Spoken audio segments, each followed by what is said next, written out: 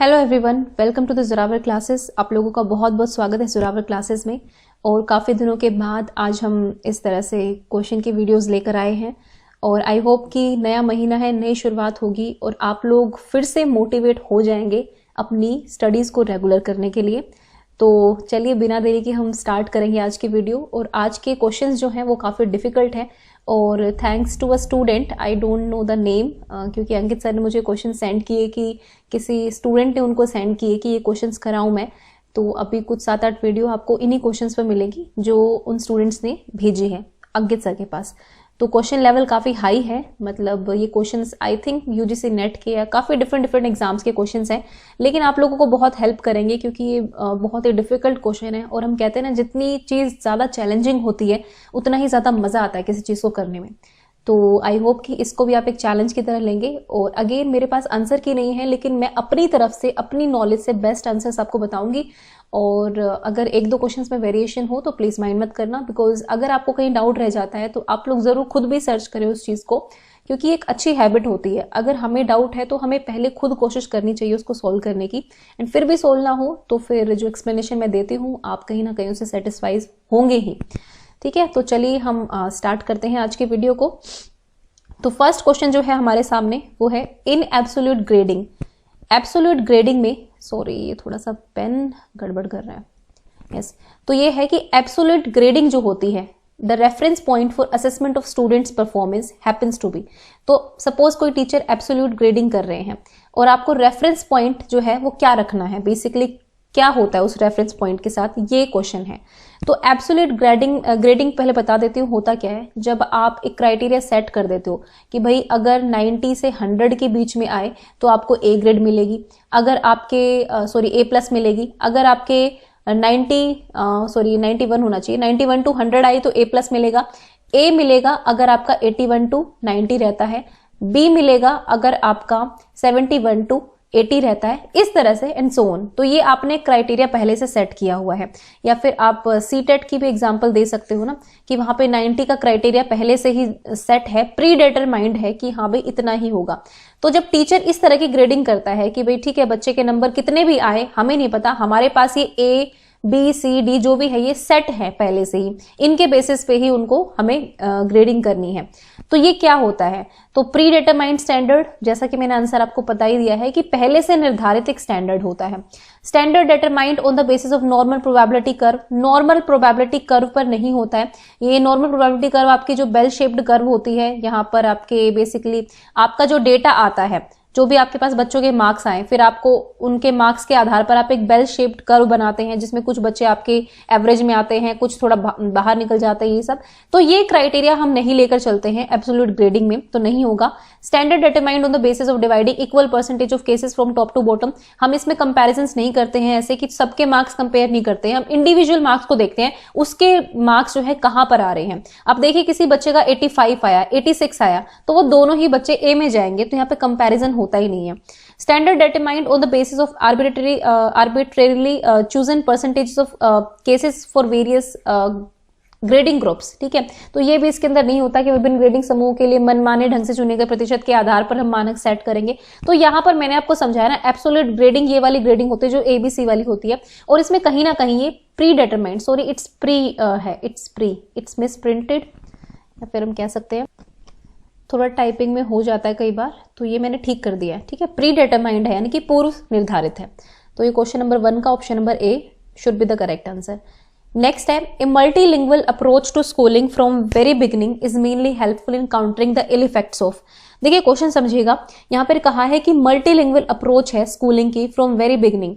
अगर आप स्कूल में या फिर आप घर में भी लेकर चल सकते हैं, बेसिकली यहाँ पर स्कूल की ही बात हो रही होगी, कि मल्टीलिंगुअल अप्रोच है यानी कि आप बहुभाषिक कक्षा में बहुभाषा दृष्टिकोण रखते हैं कि आप विभिन्न भाषाओं का सम्मान करेंगे और सारी भाषाओं का हम यूज करेंगे लैंग्वेज सिखाने में। तो अगर आप स्टार्टिंग से ही ये चीज करते हैं तो ये कौन से इल इफेक्ट्स को दूर करने में हेल्प करता है। ठीक है, जैसे यहाँ पर कुछ इल इफेक्ट्स दिए गए हैं, तो अगर हम ये अप्रोच यूज करते हैं तो ये इल इफेक्ट्स जो है वो कम हो जाएंगे या फिर इनको सोल्व करने में हेल्पफुल होगी ये मल्टीलिंगुअल अप्रोच। तो weak communication skills, school dropouts, learning disability, losing one's own language. तो यहाँ पर 4 ऑप्शन है आपके सामने। ऑब्वियसली यहाँ पर ऑप्शन बी और ऑप्शन नंबर सी नहीं होगा, क्योंकि स्कूल ड्रॉप आउट्स का एक ये कोई रीजन नहीं होता कि उनकी लैंग्वेज यूज नहीं हो रही है। ये हो सकता है but it is not the only reason. School dropouts और दूसरी वजह बहुत सारी होती है, जिसमें जेंडर भी एक फैक्टर होता है, फिर सोशियो इकोनॉमिक बैकग्राउंड बच्चे का बहुत इंपॉर्टेंट होता है, तो वो सब हो सकते हैं रीजन। लर्निंग डिसेबिलिटीज इस वजह से नहीं होते कि आप मल्टीलिंगुअल अप्रोच नहीं अपना रहे हैं, आप एक ही लैंग्वेज के बेस पर कर रहे हैं, तो इससे लर्निंग डिसेबिलिटीज का कोई लेना देना नहीं है। अब बात आती है ए और डी ऑप्शन की, यानी कि वीक कम्युनिकेशन स्किल्स या फिर लूजिंग वंस ओन लैंग्वेज। अब आप में से कई लोगों को लग रहा होगा कि डी होना चाहिए, कई लोगों को लग रहा होगा वीक कम्युनिकेशन स्किल्स, तो हम दोनों डिस्कस कर लेते हैं ना। एग्जैक्ट मुझे भी नहीं पता आंसर क्या है, लेकिन मेरे को जो लगता है मैं आपको वो बता देती हूँ। देखिए, जो मल्टीलिंगुअल अप्रोच होती है वो बेसिकली कम्युनिकेशन स्किल्स पे काम करने के लिए होती है, कि बच्चे की जो कम्युनिकेशन स्किल्स होती हैं वो बहुत परफेक्ट हो जाती हैं जब आप एक दूसरे के साथ कन्वर्सेशन करते हैं डिफरेंट लैंग्वेज में। तो बच्चे एक वो कहते हैं ना कि जो एक पीरियड होता है जो बहुत ही सेंसिटिव पीरियड होता है, चाइल्डहुड का पीरियड, अर्ली चाइल्डहुड से लेकर चाइल्डहुड का पीरियड जो है बहुत ही सेंसिटिव पीरियड होता है, जहां पे लैंग्वेज डेवलपमेंट बहुत पीक पे होता है। तो जब अगर आप बिगिनिंग से ही मल्टीलिंगुअल अप्रोच अपना रहे हैं तो इससे क्या होगा कि बच्चों की जो कम्युनिकेशन स्किल्स हैं वो बहुत बेटर होती हैं, है ना। ये मतलब मैंने पढ़ा हुआ है, इसलिए मैं आपको बताती हूँ कि ये मल्टीलिंगुअल अप्रोच जो है बच्चों की कम्युनिकेशन स्किल्स पर बहुत अच्छे से काम करती है, क्योंकि यहाँ पर बच्चे एक दूसरे के साथ कन्वर्सेशन करेंगे, स्टार्टिंग से ही कर रहे हैं तो वो हेजिटेट कम करेंगे, फिर उनकी अपनी भी भाषा यूज हो रही है प्लस वो दूसरों की भाषा भी सीख रहे हैं, तो बहुत सारे इनपुट्स आ रहे हैं और इससे आउटपुट जो होगा वो बहुत बेटर निकलेगा, और इससे बेसिकली कम्युनिकेशन स्किल्स में बच्चों को बहुत हेल्प करेगा।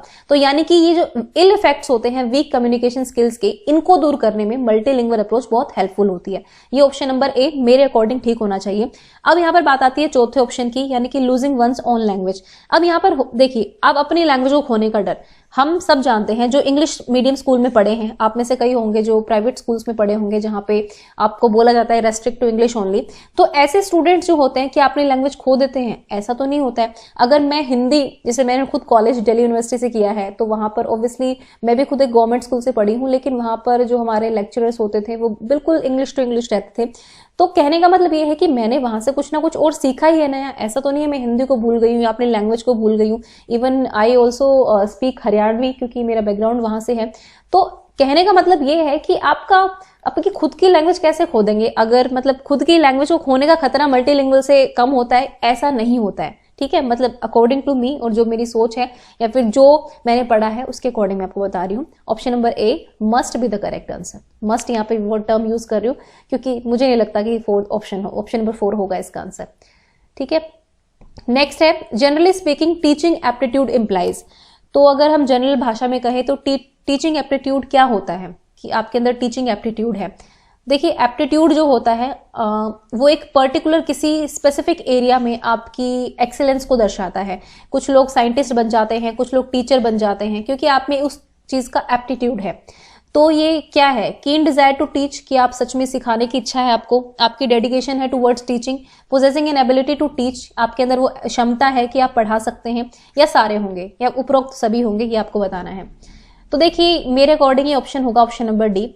आपके अंदर ऑब्वियसली डिजायर होती है, आपका एप्टीट्यूड किसी स्पेसिफिक एरिया में है, वो तभी पहचान में आता है जब आप उस चीज को शो करने लगते हैं, है ना। जब मैंने टीचिंग स्टार्ट की थी तो मतलब मैं जब बीएलएड में एडमिशन लिया था तो मैंने पहले से ही सोचा हुआ था ऑब्वियसली कि मैं टीचर बनूंगी, मेरे अंदर डिजायर थी टीच करने की। और अब तक देखिए, आप लोगों के साथ भी मैं कर रही हूँ, तो अब मैं बड़े बच्चों को भी पढ़ा रही हूँ, भले ही एक मीडियम कह लीजिए ऑनलाइन है, लेकिन स्टिल आई एम टीचिंग ना, क्योंकि मुझे पसंद भी है। वो डेडिकेशन है, ऑब्वियसली डेडिकेशन होता है हमारा टीचिंग की तरफ, अगर आपके अंदर टीचिंग एप्टीट्यूड है तो, और आपके अंदर एबिलिटी भी होती है, आप टीच कर सकते हैं, तो सारे ही करेक्ट होंगे। All of the above are correct. Next question पर चलते हैं। नेक्स्ट है, what do you think is the best tool to motivate students. तो कौन सा सबसे बेस्ट टूल है बच्चों को मोटिवेट करने का। ऑडियो विजुअल एड्स यूज करेंगे, लेसन प्लान्स को मोर इंटरेस्टिंग बनाएंगे, सीक कॉपरेशन ऑफ स्टूडेंट्स, या फिर बच्चों का कॉपरेशन लेंगे, या फिर provide children with an understanding of their environment, या फिर आप बच्चों को उनके पर्यावरण की समझ प्रदान करेंगे। ये क्वेश्चन भी डिफिकल्ट क्वेश्चन है मैं कहूंगी, क्योंकि कंफ्यूज कर रहे हैं सारे ऑप्शंस आपको। अब देखिए, यहाँ पर क्या, ऑडियो विजुअल एड्स तो कोई खास इसका रीजन नहीं होगा कि आप बहुत ज्यादा मोटिवेट हो जाएंगे। गाइस, एक चीज मैं आपसे बोलना चाहूंगी, अगर हिंदी टाइपिंग में कुछ भी एरर हो तो प्लीज माइंड मत करना, क्योंकि मतलब वैसे तो मैं 2 बार देखती हूँ कि ठीक है, लेकिन कई बार ना ध्यान नहीं रहता है, चीजें वो एकदम से फ्लो में निकल जाती है। तो सेकंड है मेक लेसन्स मोर इंटरेस्टिंग, या आप लेसन्स को बहुत ज़्यादा इंटरेस्टिंग बनाएंगे तो बच्चे बहुत मोटिवेट होंगे। या फिर सीक कॉपरेशन, आप बच्चों का ही कॉपरेशन लेंगे, बच्चों को छात्रों का सहयोग लेंगे तो बच्चे ज़्यादा मोटिवेट होंगे। या बच्चों को मतलब provide children with understanding of their environment, या फिर आप उनको उनके एनवायरनमेंट की अंडरस्टैंडिंग जो है प्रोवाइड करेंगे, है ना। यहाँ पर 4 ऑप्शन है। तो चलिए आप भी बताइए कि क्या हो सकता है इस क्वेश्चन का आंसर।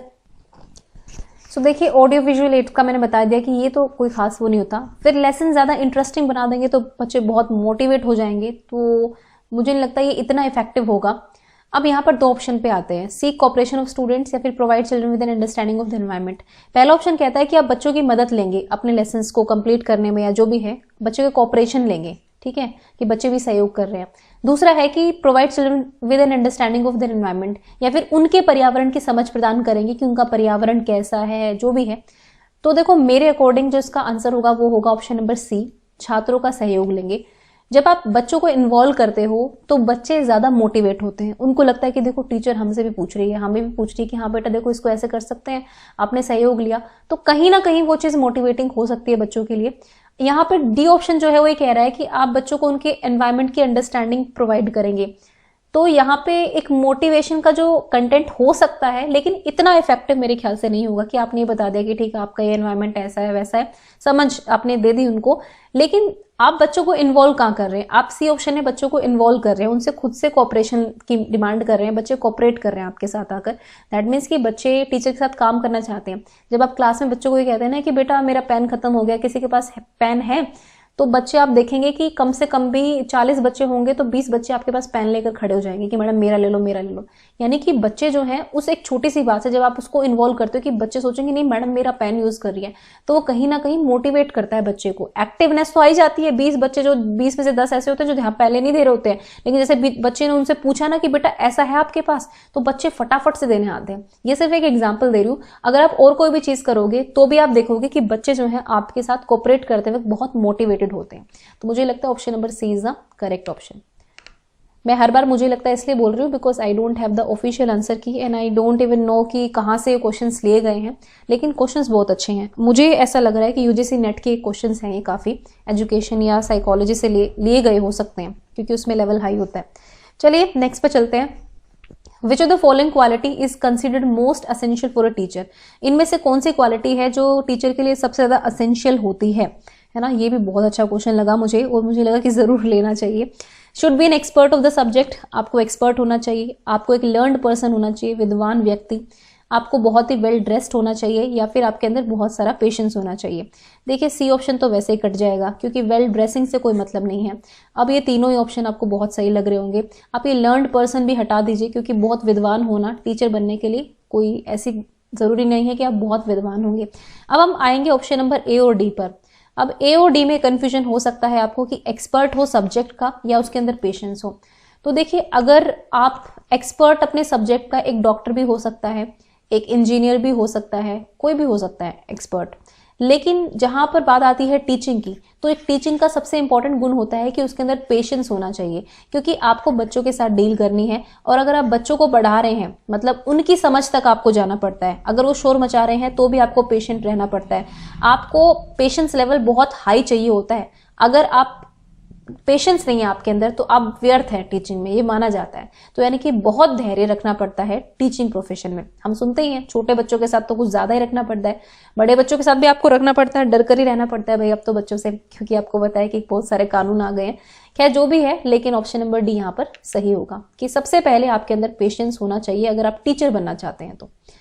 नेक्स्ट है, और वैसे भी सब्जेक्ट एक्सपर्ट जो है, कई बार टीचर जो होता है एक्सपर्ट होता है, कई बार कुछ टीचर्स एक्सपर्ट नहीं होते हैं, वो टीचिंग लर्निंग प्रोसेस के दौरान ही सीखने के फेज में होते हैं कई बार। जैसे कि जो आप जैसे जस्ट डाइट करने के बाद आपकी जॉब लग जाए तो आप एक्सपर्ट नहीं होते उस टाइम पे अपने सब्जेक्ट के, लेकिन आप सीखने के फेज में होते हो। 1-2 साल के बाद एक्सपीरियंस से भी आपको चीजें बहुत अच्छे से आ जाती है। वैसे ये नहीं है कि एक्सपर्ट होना नहीं चाहिए, अगर कोई और ऑप्शन होता, पेशेंस के अलावा कुछ ऐसा वैसा ऑप्शन होता, तो हम एक्सपर्ट वाले ऑप्शन पर ही जाते कि एक्सपर्ट होना चाहिए। ठीक है, मतलब वो डिपेंड करता है आपके सामने ऑप्शंस कौन कौन से हैं। नेक्स्ट है, which of the following will you consider the most adequate definition of learning. तो सबसे एडिक्वेट डेफिनेशन ऑफ लर्निंग में आप क्या कहेंगे? Solving problems, development of specific skills, modification of behaviour pattern, या फिर नन ऑफ द अबव। है ना, सॉल्विंग प्रॉब्लम्स नहीं होता, नन ऑफ द अबव नहीं होगा। यहाँ पर बी और सी में से देखेंगे क्या होगा। लर्निंग क्या होता है, एक परमानेंट चेंज होता है बिहेवियर के अंदर, ये कोई टेम्परेरी चेंज नहीं होता है, ऑलमोस्ट परमानेंट होता है। हम मानकर चलते हैं कि 90 to 95% ये परमानेंट हो जाता है, तो वो लर्निंग कहला सकती है। अब लर्निंग में हम बहुत सारी चीजें करते हैं, सिर्फ ये नहीं कहेंगे कि सिर्फ परमानेंट चेंज होगा तो लर्निंग होगी, उसके अंदर की बारीकियों को भी समझना पड़ता है। तो लर्निंग में बेसिकली हम स्पेसिफिक स्किल्स को सीखते हैं, उनका डेवलपमेंट भी होता है। और स्किल्स मतलब क्या है, कौशल आपके अंदर आ जाता है, जो कौशल आप फिर भूलेंगे नहीं ना, वो लर्निंग का पार्ट होता है, वो एक टेम्परेरी चीज परमानेंट चीज होती है आपकी। तो यहाँ पर ऑप्शन नंबर बी सही होगा कि डेवलपमेंट ऑफ स्पेसिफिक स्किल्स का डेवलपमेंट होता है, वो हमारी लर्निंग होती है। ठीक है, जैसे कि हम ड्राइविंग है, ड्राइविंग भी एक तरह की लर्निंग है कि आप गाड़ी चलाना सीख जाते हैं तो फिर आप कहाँ भूलते हैं।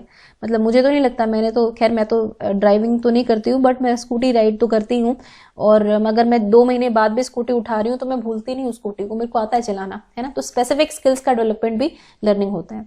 तो option number B is the correct option. ये एग्जाम्पल्स तो मैं आपको इसलिए देती हूँ कि आपको थोड़े से क्लैरिटी हो जाए। Which among the following is the initiative taken by Government of India to create quality digital content for different levels of education in India? देखो अब ये क्वेश्चन ना थोड़ा सा मैं आपको फ्रैंकली स्पीकिंग मुझे इस क्वेश्चन की ज्यादा नॉलेज नहीं है, मुझे बस इसकी नॉलेज है कि साक्षात पोर्टल है। ठीक है, तो भाई गवर्नमेंट ऑफ इंडिया ने ये स्टेप तो लिया है, साक्षात पोर्टल उन्हें खोला है, तो फर्स्ट ऑप्शन तो बिल्कुल ठीक है। ओके, ये तो मैं आपको श्योरिटी दे रही हूँ, लेकिन मुझे इन दोनों में डाउट है। ये नेशनल प्रोग्राम जो है ये कॉलेज लेवल के लिए है, लेकिन अब ये नहीं पता कि ये इसमें कंसीडर होगा कि नहीं। डिजिटल कंटेंट प्रोवाइड के लिए different level of education in India, तो हो सकता है ये भी, लेकिन सी के बारे में बिल्कुल मेरे को श्योरिटी नहीं है, इसके बारे में मैंने कभी सुना नहीं है। तो मैं आप लोगों से कहूंगी कि एक बार सी का पता करें आप लोग, ए और बी इसमें होंगे मेरे अकॉर्डिंग। ठीक है, साक्षात पोर्टल तो डेफिनेटली 100% ये इसके अंदर आएगा, डिजिटल कंटेंट से रिलेटेड है। National programme of technology enhanced learning भी आपका कहीं ना कहीं डिजिटल से रिलेटेड है, डिजिटल कंटेंट से, लेकिन आई don't know about the multimedia education resource for learning in online, and इसका मुझे ज्यादा नॉलेज नहीं है। तो मैं कहूंगी कि आप लोग भी थोड़ा सर्च करें, और मेरे हिसाब से इसका ऑप्शन, इसका आंसर जो है वो ऑल ऑफ द अबव ही होगा, क्योंकि ये 2 तो हैं। ओके, तो तीसरा भी होगा योग, इसलिए अगर हमें 2 पता है तो साक्षात पोर्टल तो है, उसके बारे में तो काफी चीजें आपको मिल जाएंगी, लेकिन ये 2 जो प्रोग्राम है बाकी के, इनके बारे में एक बार सर्च कर लेना। ओके, तो बस ये था थोड़ा सा, क्योंकि जो चीज हमें नहीं पता है भाई नहीं पता है, ऐसा तो है नहीं। मैंने कहा ना again, we are not experts, हम भी एक लर्निंग फेज में होते हैं हर बार। तो इस क्वेश्चन के बारे में आप भी थोड़ा सर्च करें। नेक्स्ट है, which of the following is the most important factor on which effectiveness of teaching depends. तो कौन सा इंपॉर्टेंट फैक्टर है जिसके ऊपर इफेक्टिवनेस ऑफ टीचिंग डिपेंड करती है। अब यहीं पे वही है ना, मोस्ट इंपॉर्टेंट है, ये इनमें से कई हो सकते हैं, लेकिन आपको क्या लगता है कि सबसे ज्यादा क्या होता है। ओके, वैसे देखो इसमें पर्सनल ओपिनियन हमें नहीं देखना होगा, हमें एग्जामिनर के पॉइंट ऑफ व्यू से सोचना होगा। क्योंकि अगर हमें लगता है कि इंफ्रास्ट्रक्चर ज्यादा है, लेकिन हमें एक बार थियोरिटिकल बेस पे, फिलोसफीज पे जाना पड़ता है, फिर सोचना पड़ता है कि क्या ये बेटर है कि ये बेटर है ना। School infrastructure, understanding, subject understanding कितनी है, क्वालिफिकेशन टीचर की, हैंड राइटिंग। तो देखो अगेन मैं कहूंगी हैंड राइटिंग जो है जरूरी नहीं है, स्कूल इंफ्रास्ट्रक्चर इतना इंपॉर्टेंट नहीं है, qualification of the teacher is not important. MA BEd होगा तो ज्यादा अच्छा पढ़ाएगा, डाइट वाला कम अच्छा पढ़ाएगा, ऐसा नहीं कहेंगे। यहाँ पे क्वालिफिकेशन की बात हो रही है। अगर आपने पीएचडी कर रखी है तो आप बहुत अच्छे टीचर बनेंगे, आप बीएड कर रखी है तो इतने नहीं अच्छे बनेंगे जितने पीएचडी में बनेंगे। ये कोई क्वालिटी नहीं होती है, आपकी क्वालिटी ऑफ टीचिंग को डिफाइन नहीं करता। ये एक डाइट किया हुआ टीचर भी इतने अच्छे से पढ़ा सकता है जितना पीएचडी वाला भी नहीं पढ़ा सकता, तो ये तो होगा नहीं। अब यहां पर ऑप्शन होना चाहिए ऑप्शन नंबर बी, है ना। क्यों बोल रही हूं, आप लोगों को समझ में आ गया होगा कि सब्जेक्ट की अंडरस्टैंडिंग होनी चाहिए। देखो अब जो पिछले वाला क्वेश्चन था उसमें क्या था कि सब्जेक्ट का उसको मास्टर होना चाहिए, लेकिन उससे पहले वहां पर पेशेंस वाला ऑप्शन भी था, तो हम उससे बेटर पेशेंस को मानेंगे। लेकिन यहां पे हमारे पास इन 3-4 ऑप्शन में से बी ऑप्शन ज्यादा बेटर है। तो कोई अगर मुझसे ये डाउट पूछेगा कि मैडम पिछले में तो आपने कहा था कि एक्सपर्ट है, तो मैंने आपको कहा ना आपको ऑप्शंस देखने पड़ेंगे कि ऑप्शंस में क्या बेटर है, क्योंकि हमेशा क्वेश्चन इस तरह के आते हैं मोस्ट इंपॉर्टेंट क्या है। इंपॉर्टेंट तो सारे हैं, वैसे तो इंफ्रास्ट्रक्चर इंपॉर्टेंट है। अगर किसी स्कूल में बच्चे के पास टॉयलेट नहीं है, रैंप फैसिलिटीज नहीं है, या फिर वो बाहर धूप में बैठकर पढ़ रहे हैं, कमरे नहीं है, डेस्क नहीं है, तो कंफर्टेबल लेवल तो नहीं होता बच्चे का। बच्चा कंफर्टेबल नहीं होगा तो फिर उसके बाद टीचिंग किस तरह से उसके लिए इफेक्टिव हो पाएगी। तो इंफ्रास्ट्रक्चर भी बहुत इंपॉर्टेंट है। टीचर के पास अगर ऑडियो विजुअल एड्स हैं, टीचिंग एड्स हैं सारे, तो ज्यादा इफेक्टिव होता है, ना कि सिर्फ आप ब्लैक बोर्ड से पढ़ाएं। तो ये मैटर तो करती है, लेकिन यहां पर मोस्ट इंपॉर्टेंट चीज पूछी है, तो option number B is the correct option. Next चलते हैं, क्वेश्चन नंबर 9 को देखते हैं। Teacher use teaching aids for. Teacher जो है टीचिंग एड्स का यूज किस लिए करता है। Impressing the students, making teaching learning interesting, making students attentive, भाई स्टूडेंट्स को इंप्रेस करने के लिए, टीचिंग लर्निंग को इंटरेस्टिंग बनाने के लिए, स्टूडेंट्स को अटेंटिव बनाने के लिए, या फिर making teaching with in understanding level of students, या फिर बच्चों के अंडरस्टैंडिंग लेवल में लाने के लिए।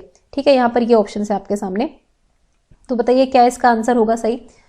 तो इम्प्रेस करने के लिए तो डेफिनेटली नहीं करता है। स्कूल बच्चों को सिर्फ अटेंटिव करने के लिए टीचिंग एड्स नहीं यूज करता है। Understanding level, making teaching with in understanding level, तो बच्चे का जितना लेवल है उसी लेवल में रहे, यहाँ पर वो वाली बात है। छात्र के समझ स्तर के भीतर ही, कई बार हम समझ को इनहैंस करने के लिए भी टीचिंग एड्स का यूज करते हैं, तो ये ऑप्शन भी नहीं होगा। यहाँ पर आएगा ऑप्शन नंबर बी कि आप टीचिंग लर्निंग को इंटरेस्टिंग बनाने के लिए करते हैं टीचिंग एड्स को। अगर आप आपने लेक्चर दे दिया लेकिन आप ऑडियो वीडियो भी दिखा देंगे साथ में, तो देखिए बच्चों के लिए बहुत इंटरेस्टिंग भी हो जाएगा। अगर आपने कोई पाठ पढ़ाया है और उसी पाठ से रिलेटेड कोई स्टोरी सुना दी तो ज्यादा लर्निंग होगी। स्टोरी को पिक्चर स्टोरी बुक के थ्रू दिखाएंगे तो ज्यादा अच्छा होगा। तो इस तरह से टीचिंग लर्निंग को इंटरेस्टिंग बनाते हैं। तो option number B is the correct option. चलते हैं नेक्स्ट क्वेश्चन पर। तो नेक्स्ट है if when called some parents guardian of the students do not come to see the teacher should. तो भाई टीचर ने बुलाया है, बेसिकली इस क्वेश्चन का मतलब यही है कि टीचर ने बुलाया है पेरेंट्स को, लेकिन पेरेंट्स जो है वो आए नहीं टीचर से मिलने। बेसिकली इस क्वेश्चन का ये मतलब है। तो आप क्या करेंगे? आप पेरेंट्स को लिखेंगे, आप उनसे जाकर मिलेंगे, या पनिश करेंगे, या फिर स्टार्ट इग्नोरिंग द स्टूडेंट, या फिर आप बच्चे को इग्नोर करना स्टार्ट करेंगे। ये भी नहीं होगा, ये भी नहीं होगा, नेगेटिव है। आप जाकर उनसे मिलेंगे, आपके लिए पॉसिबल नहीं है मतलब कि आप हर पेरेंट से जाकर मिलें घर पे, और कहीं ना कहीं अलाउड भी नहीं होता है। कई बार टीचर्स को बोला जाता है कि आप क्यों गए थे, मतलब आप इन्फ्लुएंस करने गए थे या क्या करने गए थे। तो यहाँ पर ऑप्शन नंबर ए होगा कि आप लिखेंगे। ठीक है, क्योंकि माता पिता को आना पड़ेगा ना टीचर से मिलने स्कूल में। टीचर हर किसी के घर में ही जा सकता है, वो अलग बात है कि आप बहुत एक्स्ट्रा एफर्ट्स करना चाहते हैं, वो चीजें नहीं है। लेकिन आपका पहला तरीका ये होगा कि आप एक नोट डालकर देंगे बच्चे को कि आपको अपने पेरेंट्स से साइन कराने कि मैंने मिलने बुलाया था बट आप आए नहीं। ठीक है, यही प्रैक्टिकल होता है। तो option number is the correct option. So guys this was the video for today. I hope you like the video and questions were very good. आपकी प्रैक्टिस के लिए काफी अच्छे हैं ये क्वेश्चंस। आपको सिर्फ पीआरटी में नहीं, टीजीटी लेवल में भी काफी हेल्प कर सकते हैं जो लोग टीजीटी की प्रिपरेशन कर रहे हैं। And thank you for watching this our classes.